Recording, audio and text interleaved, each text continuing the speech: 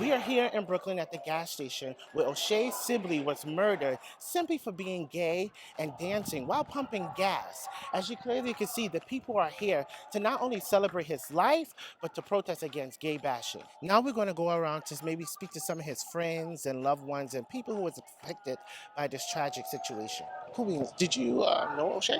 No, I don't know O'Shea. I actually have a child of mine, Michaela Basquiat, who actually went to school with him in middle school. So, definitely in support of what's going on here. How did this situation affect you?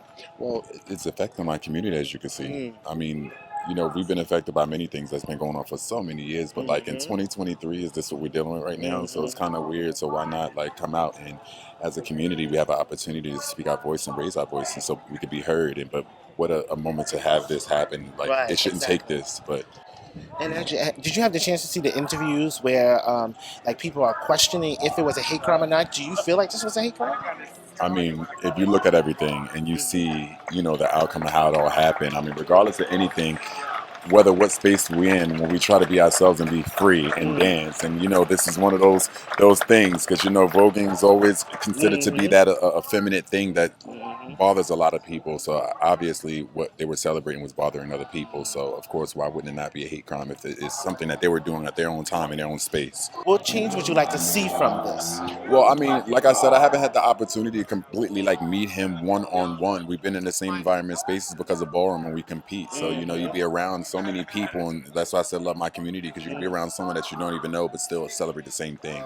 But I'm hoping, especially because O'Shea was in the ballroom scene and I'm in the ballroom scene, I understand his plight, and it's so sad to see what happened to him for just loving who he loved. And that could have happened to me, one of my best friends. We live in this area, and that makes me so sad that it could have been me or one of my close friends. And I never want that to be one of us. And so I made my way here to celebrate him and to celebrate his life and to honor him, because his life mattered. And as you just said, his life mattered.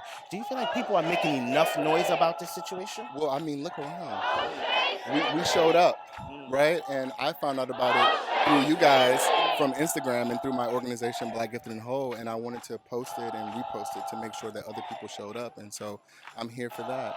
What would you like to see change from this situation? What change would you like to see? Well, when we think about New York, we think about a place that we assume is progressive. And as we see right now, it's not as progressive as we like to think it is. So I'd like to see some change in that regard, and I like for more of us to show up in spaces when it's not just a protest of someone who's losing their life. How did the situation affect you? Me a lot, mostly because, like I said, I'm really into ballroom, and so to see an individual who is literally just voguing and expressing themselves is heartbreaking. To see them get hurt like this and to get killed, and taken away. Do you think, because as you've seen on the news, they're trying to figure out, is this a hate crime? Yes. From seeing the interviews and watching everything, do you feel like this is a hate crime? Yeah, no doubt about it. Now, there was other individuals that were there with them. Do you think that the cops should go after these individuals as well, or just the one who actually stabbed them should be responsible? No, I think it should be the whole group. I think that mentality is not just stuck with that one individual. I believe that they're all dangerous. If they're able to co-sign what he did, then yeah, go after him, all of them, definitely. Tell me, did you know O'Shea? Yes, I've known O'Shea. How did he show up in the world to you? He came from Philly. He was a great dancer. He was very hungry. He would teach all of us how to dance. He was always, out of everybody that you would do something to, take it from me, he was the last person you would want to do anything to. Outside of course, O'Shea being murdered, how did this affect you? It's because I've known them personally, we go outside together. I know how they would have reacted in the situation. I know things would have went very differently if he was there, because we all stick up for each other. Being that O'Shea was he was a very stand-up guy, but he's not from New York and he's not from Coney Island, so it affected me, because it's it could have been approached a different way. You feel what I'm saying? Even if sometimes it's not always about being gay. Niggas could just be crazy, Right. but they attack you because you're gay, because they'll have more allies. So it's things could have went very differently, and it just makes me sad. That's why we're usually together. Through passing, not really too personal, but through passing, yes. Okay. So how did this situation affect you? Oh wow, I feel like although we're not I think we're all connected in certain type of ways, and I feel like this is still one of mine. So being queer, I felt like this could have been anybody, my nephew, it could have been me, and so this definitely has hit home for me, and that's why I had to come and be a representation, especially for Black nightlife, the new generation of what I say Butch Queens. I'm a Butch Queen. Okay, Butch Queens. We're all Butch Queens, and we have to represent and protect each other. This is a sad, unfortunate situation, and hopefully taking a stand today shows not only this community and this neighborhood that we are a strong community, but we're always going to fight for each other. How did this situation affect you? Well, I'm a black trans woman myself. It affected me because, a black queer man was murdered.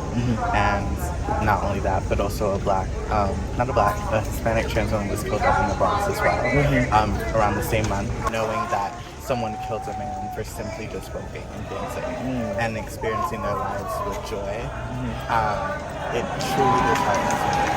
And it scares me as to where we're going in society. Now, it has been said that the hate crime has been going up extremely. Do you feel like certain hate crime goes unnoticed, especially when it comes to Black queer men?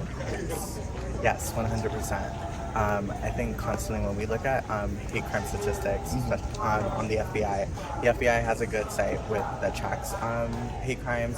A lot of times Black queer men and Black trans women's hate crimes don't get reported because of the negligency of our police department, specifically NYPD, who has constantly been found to not report these hate crimes to the FBI. And as always, I'm Antar Bush, and I want to thank you for the outpour of love and support. Take care.